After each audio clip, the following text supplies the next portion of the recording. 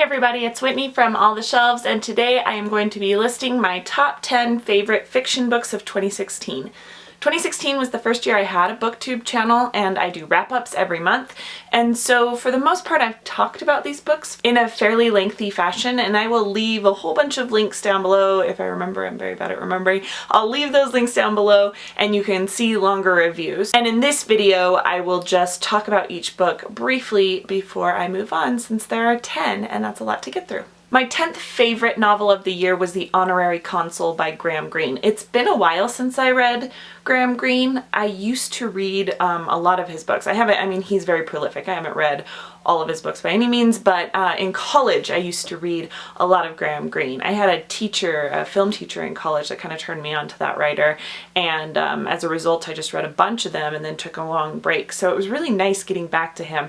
Graham Greene has this way of being intellectual and exciting at the same time, and like spiritual and adventurous at the same time, in a way that I really like, so that you don't have to be fully committed to the kind of like spiritual or religious ideas. In this book it was very Christian ideas. You don't have to be committed to those, and you can still get a lot of enjoyment out of the story while thinking about those bigger ideas. I love that. And this book was had some humor in it, even when it was a very serious topic about a man being kidnapped who was not intended to be kidnapped. And so what is a government that doesn't see this man as worthwhile? What are they going to do? Are they going to negotiate with terrorists to get him back? Probably not. So it's a very interesting, intriguing story, while also having the kind of quiet contemplation that Graham Greene often injects into his books. My 9th favorite book was one I actually started off the beginning of the year with, which is The Tenant of Wildfell Hall by Anne Bronte. I loved it. It is a story within a story, which I always like. The frame story and the central narrative were both really interesting, and it switched gender dynamics. I loved that. And something so early on too, the fact that you're looking at marriage through the eyes of a man, or kind of like a boy really, and then of a woman, and seeing how the power works differently in each narrative. So Tenant of Wildfell Hall was great. My number 8 favorite novel is actually one that I just barely finished on the 31st of December, and I reviewed it in my last video, and that's His Bloody Project by Graham McCrae Burnett. And this was the story of a Scottish murder in the mid-1800s, and it's told as though it is from historical documents. So at the beginning you have an account of a boy exiting a house covered in blood, carrying weapons. He is obviously the murderer. Then you get the boy's account of his story, and he doesn't deny it, but he adds in a lot of interesting details. And then you get a psychological account from a prominent psychologist at the time who's trying to decide if this kid is insane or not. And then you get the jury trial. And as these stories repeat, more detail is being both added and undercut. It's a great experiment in an unreliable narrator, and it's very compelling for somebody who is interested in that insanity defense, which I have always been interested in that, because I just want to know when we can blame people and when we can't for their actions. So that was His Bloody Project. Great read. My 7th favorite book of the year really took a long time to grow on me, and that was The Crimson Petal and the White by Michel Faber.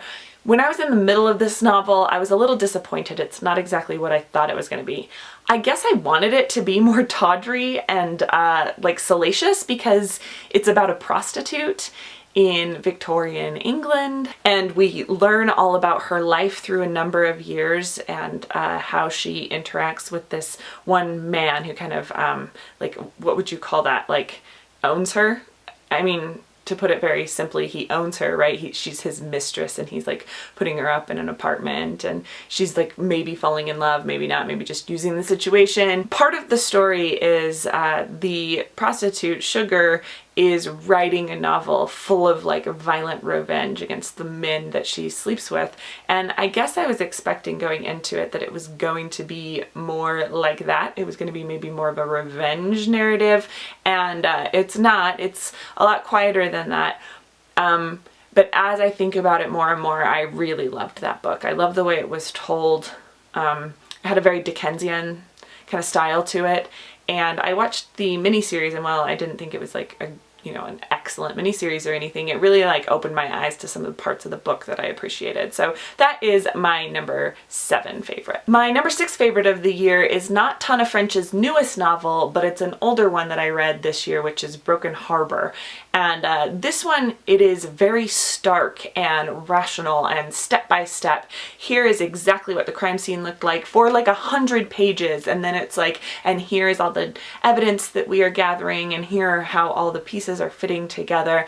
And when it doesn't quite fit into that rational pattern that the detective wants it to so much is when I think the book gets just enormously interesting. So I talked about that book in a video where I compared classical detective stories to hard-boiled detective stories, and I feel like this story is right at the like apex of those two things, right where they meet, because it is about a detective who desperately wants it to be a classical detective story, but it's just not going to be because this is modern violence. And it also has a lot to do with like housing crisis and you know, nouveau riche and trying to rise up in a system where it seems impossible. I just loved Broken Harbor, my very favorite of Tana French's books. My 5th favorite book is probably because I read it as a buddy read and the experience was so great. I read As I Lay Dying by William Faulkner with Kate Howe and Stephanie from That's What She Read, and it was just like such a good experience. We all were really into the book. We all were picking out little details, and we had divided it into small sections,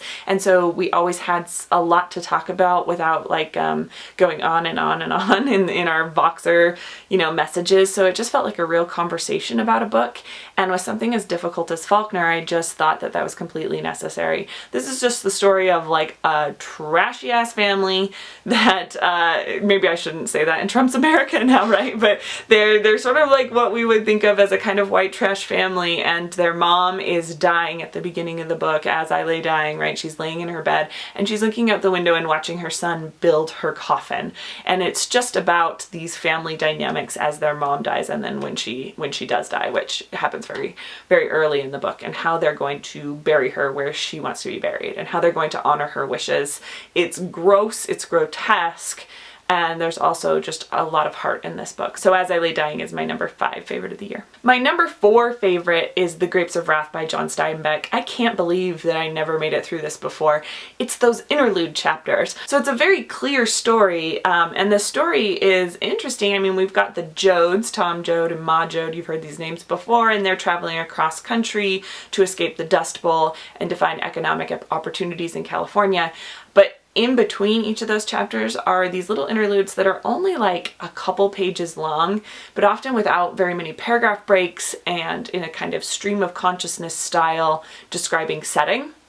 And and the first few times I tried to read Grapes of Wrath, I just found that so completely dull. And this time, you know, to be honest, I still thought they were dull, but in a way that enhanced my reading rather than taking away from it. I think East of Eden is just a very quick read and very plot heavy, and so looking at the size of the two doesn't make any sense, but I was comparing Grapes of Wrath to East of Eden and thinking Grapes of Wrath should be the same way. But Grapes of Wrath is really an American classic, a quintessential American novel from that time period, so I'm glad I finally read it. And my 3rd favorite is kind of the same story. It's The Adventures of Huckleberry Finn. I had read that as a kid, but I couldn't possibly have understood it. I just remember being very proud of myself as a kid for making it through the language and for understanding what was going on.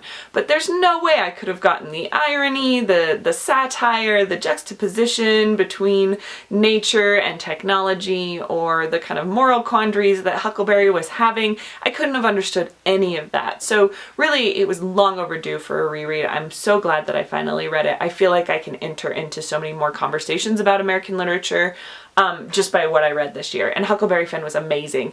It's my number 3 though, so I still have 2 more, which I know some of my literature professors would be a little bit angry with me for that. But it makes sense when you hear my number 2 favorite novel of the year was Beloved by Toni Morrison, another American classic that I hadn't read. I was reading around all of these books, you know? It's like I read a whole bunch of Toni Morrison, but I hadn't read Beloved, or I had read a bunch of Mark Twain, but I hadn't read Huckleberry Finn again, or I've read almost like tons of Steinbeck, and I had never read Grapes of Wrath. I mean, it's ridiculous So I finally read Beloved. It is as difficult as everyone says it is. I mean, in subject matter, it's very hard to get through. It makes you depressed for days. I mean, that book really brought me down. I'm glad I read it in the summer so I could like handle it. But it's just something that everyone should read. I firmly believe that every single person should read Beloved, whether you're American or not. It's very, very good.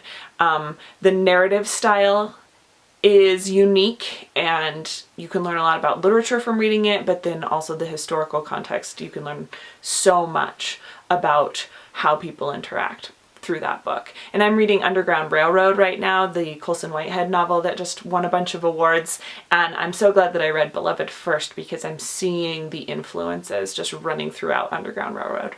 And my number one favorite of the year, I bet if you've been watching this channel, you saw this coming, is Zeroville by Steve Erickson. This sparked a whole new adventure for me into like the novels of Steve Erickson, but also just more postmodern American lit right now. Not necessarily experimental in the ways that I have a hard time with, but like postmodern and about film and about popular culture and history and all these alternative histories. I mean, he's so cool. Steve Erickson is so cool, and he's coming out with a new novel this year. So Zeroville is just the story of a guy who has Elizabeth Taylor and Montgomery Clift tattooed on his head. He's a huge film buff. And he goes to LA and he just meets a lot of people. I wouldn't even say he goes to LA to like make it in the film industry. He just wants to be around movies, and more importantly, to be around people who care about movies. It's like he like goes to grad school throughout the 60s in LA, and you see all of these like little tangential stories that, if you know about film history, just are really exciting, like to see the girls that hung out with Martin Scorsese or something just pop up in the book. And I didn't get half the references, and that's exciting to me. It's like the book itself creates a kind of reading list in the best way that postmodern has of doing. So I loved Zeroville. I've read a couple other Steve Erickson books this year that I loved, and I'm just going to keep reading more of him because he's so good. I can't recommend Zeroville enough. Like, please read Zeroville. So those are my top 10 favorite books of 2016. The beginning of the year started off slow for me. I was kind of reading a lot of junk. I was reading a lot of genre fiction because I was teaching a superheroes class, and we were kind of going through superheroes through both history and genre. And that, you know, you have to read a lot of it to find the good stuff. But later in the year, I made a commitment to read more of these classics that I had missed, and it was just really rewarding. So I'm hopefully going to keep that up in 2017. I'm off to a great start. Right now I'm reading Underground Railroad by Colson Whitehead and The Agony and the Ecstasy by Irving Stone about Michelangelo. I'm prepping for an Italian trip in a few months. And it's, you know, it's off to a great start. So I hope your 2017 is going well so far. I've been liking your top 10 videos, so I'm gonna keep watching those, and I'll see you later.